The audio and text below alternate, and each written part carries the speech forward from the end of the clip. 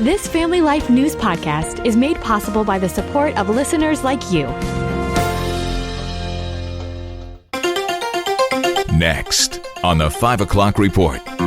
Find the defendant guilty. This individual crossed the border illegally because of our ridiculous border policies. We don't know who's coming in. We don't know when. We don't know what they're doing. A man is a man and a woman is a woman, and a man cannot become a woman. If you want help from our agency, you better get rid of that Trump flag on your house. Now, let's go to the newsroom. Good afternoon and welcome to the broadcast. I'm Family Life News anchor Sarah Harnish. Winter is here. Just as you're gearing up to pack up for the Thanksgiving holiday, you could wake up Friday morning with half a foot of snow on the ground. It just depends where you live. Folks getting up Friday morning, just bare ground and gray and rain or drizzle. That'll be some of the bigger cities and areas near the lakes, to a winter wonderland in the higher elevations of the Twin Tiers. Kevin Williams calling for 6 to 10 inches in some spots. He has the timing and the tallies coming up in a few minutes. Guilty on all counts, Jose Ibarra, an illegal immigrant from Venezuela, is responsible for the death of Georgia nursing student Laken Riley. Count 1, malice murder.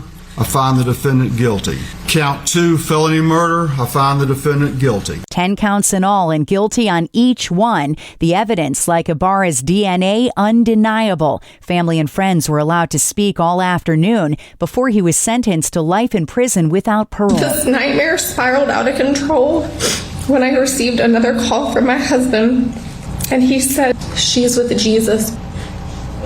That will never leave my memory. The story capturing national attention because of the border crisis. Analyst Kelly Urban. This individual crossed the border illegally because of our ridiculous border policies. He then was put up via taxpayer money in a hotel in New York City. He then was put on a taxpayer-funded government flight to Georgia. We, the taxpayer, paid for that. He also is a member of a terrifying Venezuelan gang that has popped up all over the country because of our border policies or lack thereof. The needs at the border coming into sharper focus in the final weeks of the Biden administration as Texas prepares for a migrant surge ahead of President-elect Donald Trump's inauguration day. The state revving up its buoy program and adding more barriers. Governor Greg Abbott says this isn't a Texas story. It's an all 50 states story. They're going to see more crimes in their cities, and they're going to see more losses at the ballot box because Americans are angry about this. Mayor Will O'Neill is in cobalt blue Newport Beach, California,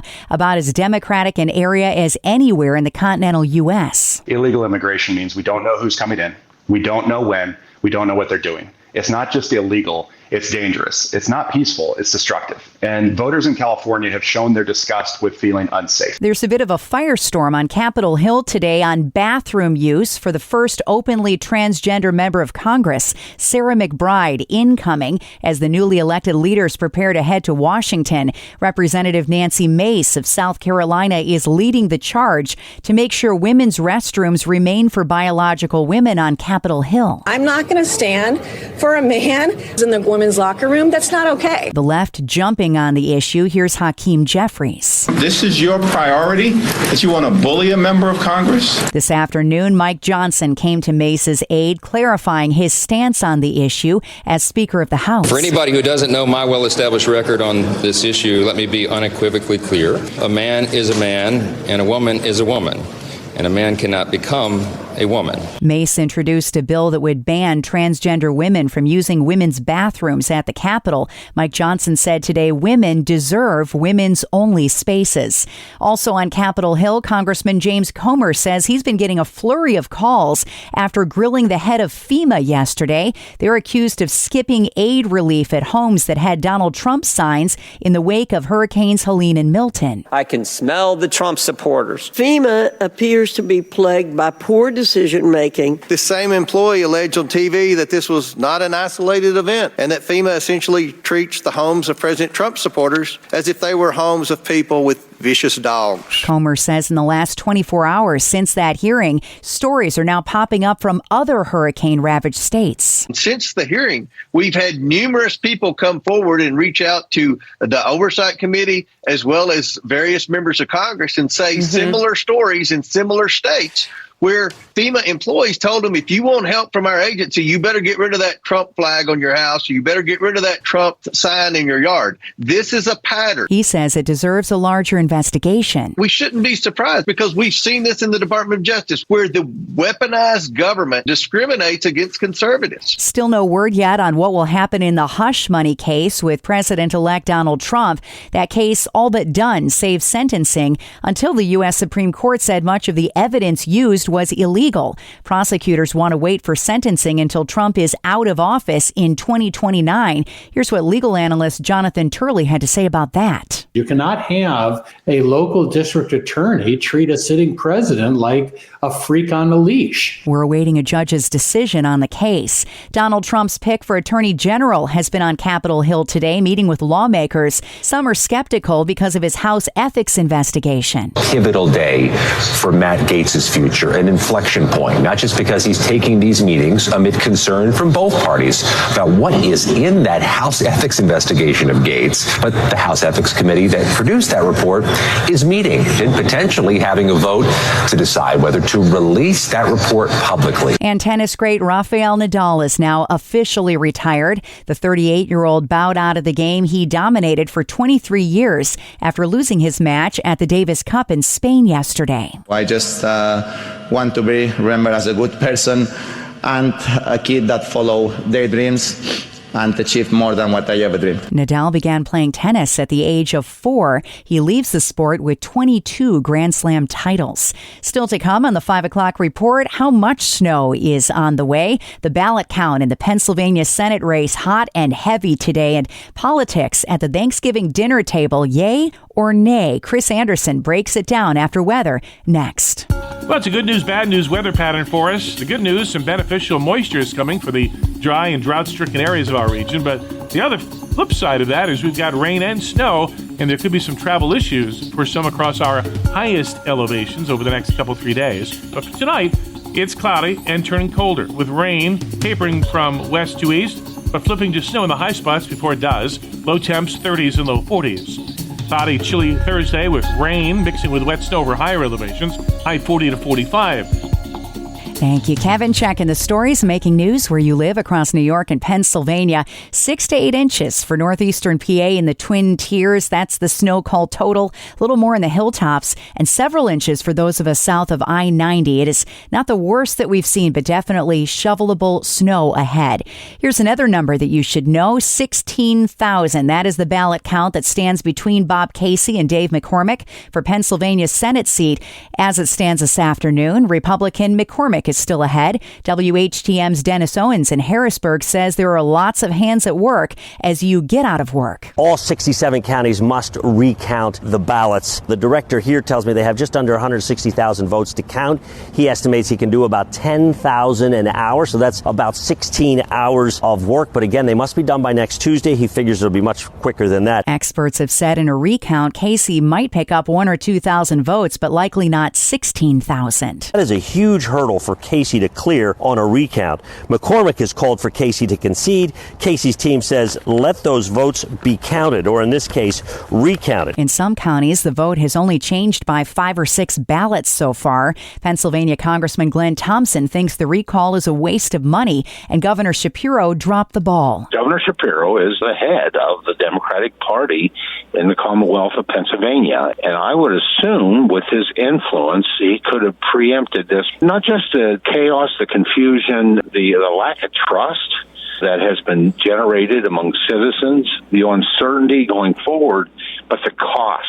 The cost of this has just been enormous. And don't kid yourself, this cost is going to be coming back on taxpayers of Pennsylvania. The recount must be completed by noon next Wednesday. We're hearing from the Jewish Federation of Greater Rochester after photos of Jewish staff members were printed on hundreds of wanted posters across the University of Rochester's campus. 4 students have been charged with felonies, a 5th being investigated. Meredith Dragon is CEO of the Jewish Federation. Protest is one thing, and that we've seen lots of protests, and they were done peacefully.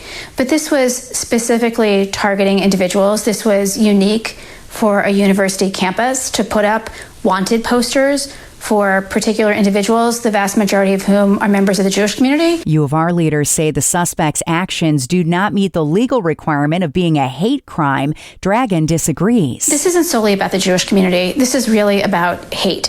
And we have to be able to stand up to hate, whether it's anti-Semitism or racism or any other form of hate. The Monroe County District Attorney is now involved. New York State's latest report card on student performance contains some troubling grades. We get details from Family Life's Mark Webster. Yeah, the report covers several statewide tests during the 2023-24 academic year, and it reveals that of the more than 900,000 kids in grades 3 through 8 who took standardized English tests, less than half of them were proficient in English language arts, a drop from previous years. Not much better for math in that same group, just over half demonstrating proficiency there, another statewide decline. Among high school students taking Regents exams, the numbers more encouraging, better than 60% proficiency in all subjects except geometry and basic algebra. New York plans to phase out those Regents exams. Mark Webster, Family Life News. Operation Christmas Child is well underway in Carbon County, Pennsylvania. Shoeboxes coming in by the dozens. A notebook.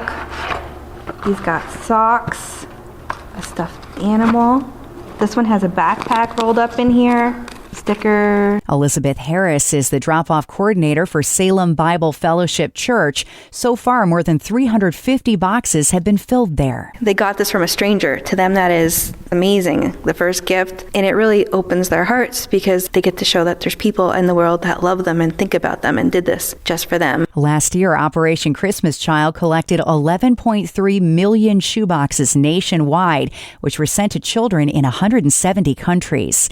Next at 5, politics around the Thanksgiving dinner table. How will you handle it next week? Our own Mark Webster sat down with Christian counselor Chris Anderson to break it down. The mandate is pretty clear in Scripture. As Christians, we need to continue to just live at peace as far as it concerns us with everybody we come in contact. Now, that doesn't mean to allow yourself to be abused and taken advantage of and things like that. Elections don't always go the way we want it to. I mean, if you're, let's say, a Republican, I mean, you've had elections where you didn't get what you wanted, and now it seems to go the other way. The better way to cope is just realize that these are people that we have relationships with, and it's okay to say, hey, you know, we're not going to discuss politics, but goodness, still enjoy each other's company. Chris gives another 5 minutes of tips. You can check out the whole interview online on our podcast page at familylife.org under Real Answers.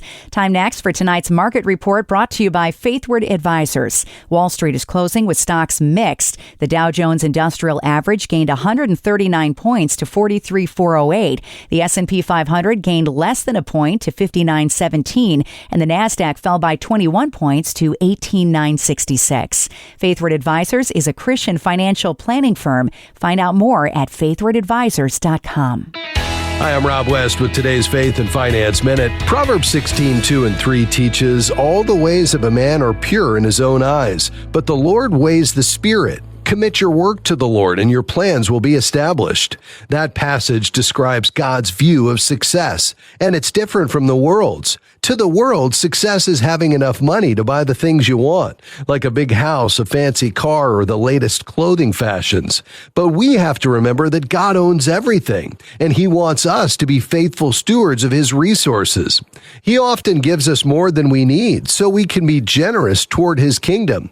But He wants us to do that with the right attitude, out of love for Him and others less fortunate. That's God's view of success. Manage your finances wisely with the easy-to-use FaithFi app. Download FaithFi, Faith and Finance from your app store, or learn more at faithfi.com. Coming up on the 5 o'clock report, what would you do for a 90-year-old cart pusher at a grocery store? An incredible story of a Good Samaritan, actually 4,000 Good Samaritans. Coming up next after weather with Kevin Williams. Beneficial precipitation is coming. That'll be over the next couple days. And snow is going to fall for some, and there could be sizable accumulations over some of our highest elevations. But for tonight, it's cloudy and turning colder with rain, wet snowflakes mixing in the high ground, low temps 30s to near 40.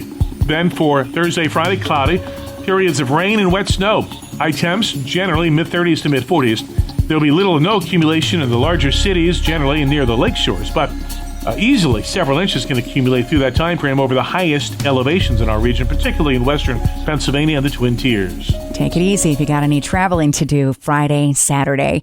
Finally, at 5, the final tally is in. A GoFundMe launched by a news anchor has wrapped up. The broadcaster was covering a story when she came across a 90-year-old Air Force veteran who was struggling to push carts at a grocery store in New Orleans just so he had enough food. It is 90 degrees today, and you are working as a 90-year-old. Why are you doing this and working so hard? This guy is a customer. I shop here all the time, and he's always working really, really hard out here, especially in the heat. And he loves his job, but he's like struggling. I help him pull a basket. The anchor went home and started a GoFundMe for the man, and more than 4,000 people gave across the U.S. If you were to be comfortably retired, what would it take? About $2,500 a month. Most donations were about $20, but it all added up to $266,000. So the 90-year-old can finally retire. This was his reaction. Oh, thank them very, very, very much. And I wish them the best. An act of kindness for an elderly stranger in New Orleans. And that is the world that we live in for Wednesday, the 20th of November. I'm Sarah Harnish, and this is the 5 o'clock report on Family Life. Thank you for listening to this Family Life News podcast. If you've been encouraged by what you've heard, please share it with others and click the subscribe button to automatically receive future episodes. Family Life is a listener-supported ministry. Podcasts like this are made possible by your financial partnership. Find out more at familylife.org.